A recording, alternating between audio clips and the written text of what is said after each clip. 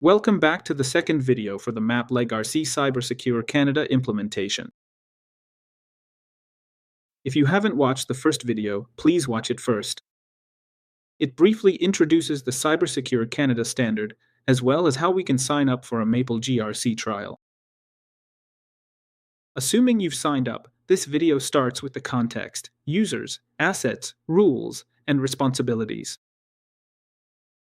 So we'll start by signing into Maple GRC.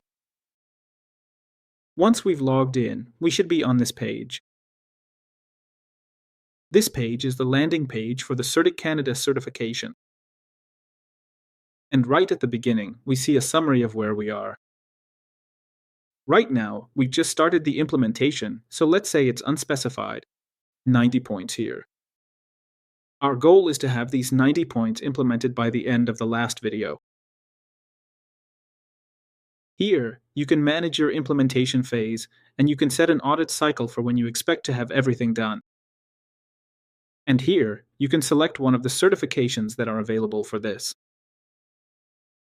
There's also an implementation workflow video you can watch, and in this section here, you'll see a cyber secret style implementation workflow.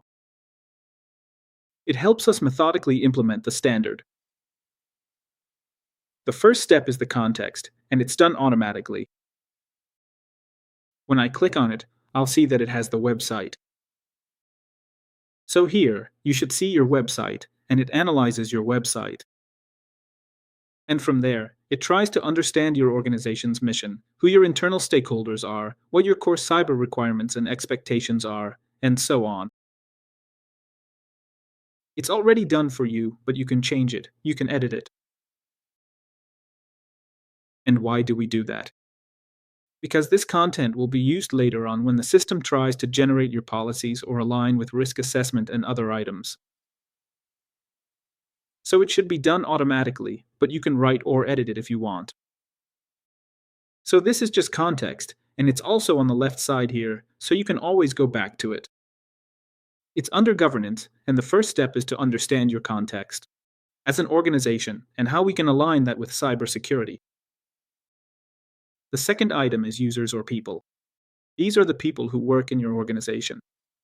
Now, in Maple GRC, you can add multiple departments, meaning if you have an accounting department, sales department, or implementation department, you can add those departments here.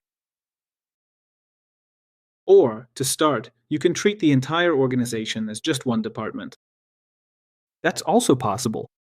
The difference is, if people are using completely different software and tools, then we'll need to have multiple departments. Also, it's useful if your organization is going through an audit for just a subset of the organization. For simplicity, I'm going to have one department for the organization called Main Department. And here you'll see that members include people who work there, full-timers, contractors, part-timers, consultants, as well as people employed by the organization. Basically, anyone who works in that department, or in this case, in the organization. The second column here is for software assets. These are the critical software tools we use to achieve our business mission. So, for example, these are the email systems we use, these are the accounting systems, sales tools, development tools, and so on. Here is the hardware. So these are the computers we're using, like laptops, servers, and even routers, if we have them, and so on. Virtual assets, these are things like your website, and sometimes, for some organizations, a YouTube channel or a social media account like LinkedIn for the company is actually an asset that's important to manage. And then data assets. This is a bit advanced for CyberSecure CAD. This is where you look at the data in a holistic way. So in this video, our goal is to update the members, so I'm going to click on Members. You'll see it's also called People, so it's the same thing, and I can add a number, and I can add from the organization if I want. If not, then we'll need to add a new member, and I'll just add them here, in our case. Since we have a demo staff account, I'm going to use that here. So the name is demo staff and the email is demo.staff. Okay, so you add it like that. And then for the title here, I'm just putting CEO of the organization. Job function, this is the role because you can have multiple titles, right? For example, a CEO could also be a managing director or a managing partner. But the job function is CEO, and that's important because it will be aligned with the training, the policy, and so on. So, that person here works as a CEO, but can also wear multiple hats. So, if that person also works as a team manager or an operations manager or anything else, you can add it here. So, I'm going to add CEO and partner. Also, employment type, so that person could be a full-time employee, contractor, consultant, even a volunteer, intern, temporary staff, or board member. In this case, they're full-time. Their role in Maple GRC is either administrator or user. I'm going to select user, just to show you what the user view looks like. The administrator will have access to everything. A user basically only sees the policies, training, and other things that are assigned to them. So, by default, most people will be users. Direct manager, in this case, that person doesn't have a direct manager. And then, if I click send the invitation, they'll get an invite to sign in. I wouldn't recommend doing it now, that's for later on. Once there's something useful for them to do in Maple, I'll just identify them and add them. I've added them here, now you can add as many people as you want here. It's actually recommended to add everyone who's in scope. So that's the whole company. And you can click Actions here and choose Edit or send an invitation whenever we need to. So that's really it for adding users. The next step is Assets. So when we go to Assets, that's where we look at software, hardware, and virtual assets, like we mentioned earlier. When I add a software asset, I'll see a really big library of software. So you need to search for what you have. And add it if you can. If you can't find it, you can ask the Maple team to add it for you. So, for example, that company uses Sentinel-1 for antivirus, so I'm going to add one. And the way it works is you select it from here, and then you pick the tool that you need.